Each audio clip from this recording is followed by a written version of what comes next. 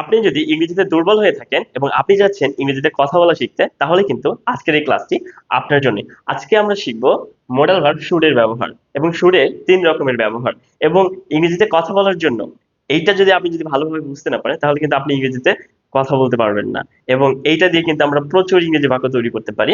তো আজকে আমরা শিখব শুড, শুড বি এবং শুড হ্যাভ ভার্বের 3 নম্বর ফর্ম, কখন কোনটা আমরা ব্যবহার করব।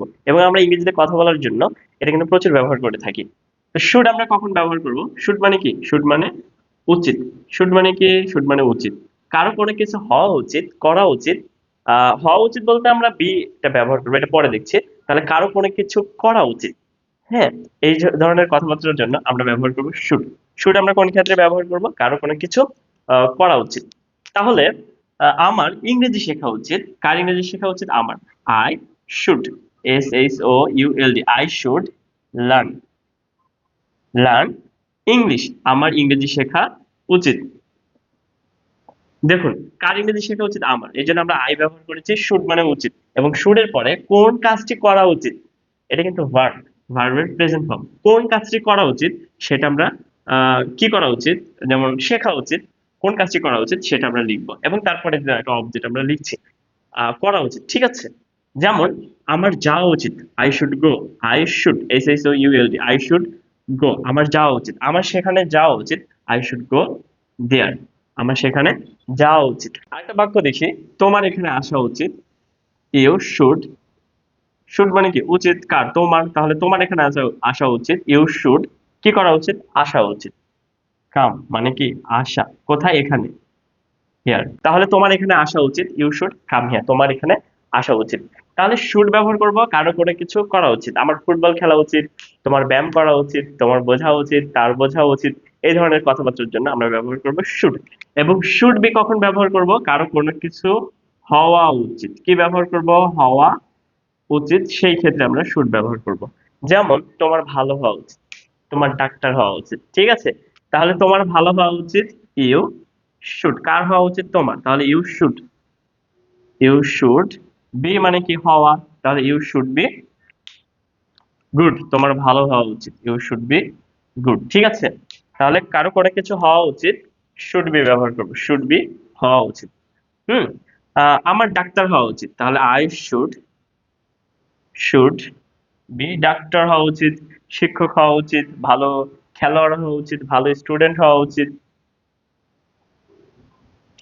আমার আমার শিক্ষক হওয়া উচিত। তাহলে হওয়া উচিতের জন্য আমরা ব্যবহার করছি কি? শুড বি, হওয়া উচিত।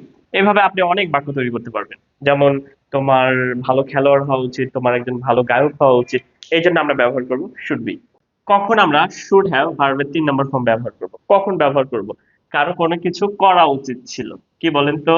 কারো কোনো কিছু করা উচিত ছিল, সেই অর্থে আমরা ব্যবহার করব, সে অর্থে আমরা ব্যবহার করব শুড হ্যাভ ভার্বের 3 নম্বর ফর্ম। তাহলে শুড ব্যবহার করব কারো কোনো কিছু করা উচিত, শুড বি ব্যবহার করব কারো কোনো কিছু হওয়া উচিত, তোমার যাওয়া উচিত ছিল মানে কারো কোনো কিছু করা উচিত ছিল কিন্তু সে করে নাই, ঠিক আছে? মানে উচিত ছিল কিন্তু সে ইতিমধ্যে কাজটি করেনি, সেজন্য আমরা ব্যবহার করব শুড হ্যাভ ভার্বের 3 নম্বর ফর্ম। তাহলে তোমার আসা উচিত ছিল বা তোমার যাওয়া উচিত ছিল, তাহলে তোমার যাওয়া উচিত ছিল বা তুমি তাহলে যাওনি, মানে তোমার যাওয়া উচিত ছিল, ইউ শুড।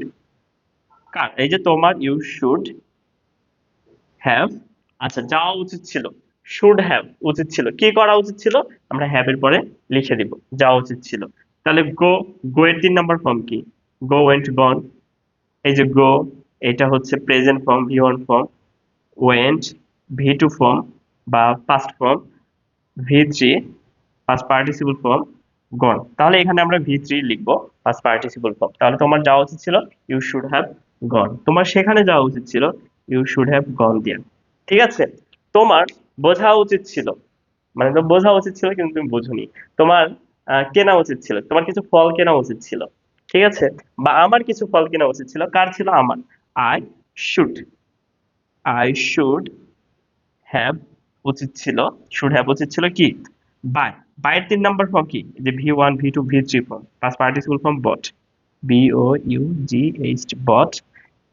তোমার আমার কিছু ফল কেনা উচিত ছিল বা আমার একটি বই কেনা উচিত ছিল বা আমার একটি গাড়ি কেনা উচিত ছিল, আমার একটি কলম কেনা উচিত ছিল, এই ধরনের কথাবার্তাগুলো কিন্তু আমরা লিখবো। তাহলে আই শুড হ্যাভ বট, আমরা যেটা কেনা উচিত ছিল সেটাই লিখবো। এখানে পেন হতে পারে, এখানে কিছু ফ্রুটস হতে পারে, এখানে একটি খেলনা হতে পারে, বা যে কোনো কিছু হতে পারে। তাহলে এই যে হওয়া উচিত ছিল, বা সরি করা উচিত ছিল কিন্তু করেননি, এই জন্য আমরা ব্যবহার করছি শুড হ্যাভ ভার্বের 3 নম্বর ফর্ম বা পাস্ট পার্টিসিপল ফর্ম। ঠিক আছে? আশা করছি আপনারা ক্লাসটি বুঝতে পেরেছেন। ক্লাসটি বুঝতে যদি না পারেন, সমস্যা হয়, তাহলে আবার ক্লাসটি আপনারা পুনরায় দেখতে পারেন, এবং আমাদের সাথে নিয়মিত ইংরেজি চর্চা করতে আমাদের Facebook page, YouTube channel subscribe করে রাখতে পারেন, ফেসবুক পেজটা ফলো দিয়ে রাখতে পারেন। সবাই ভালো থাকবেন। আসসালামু আলাইকুম।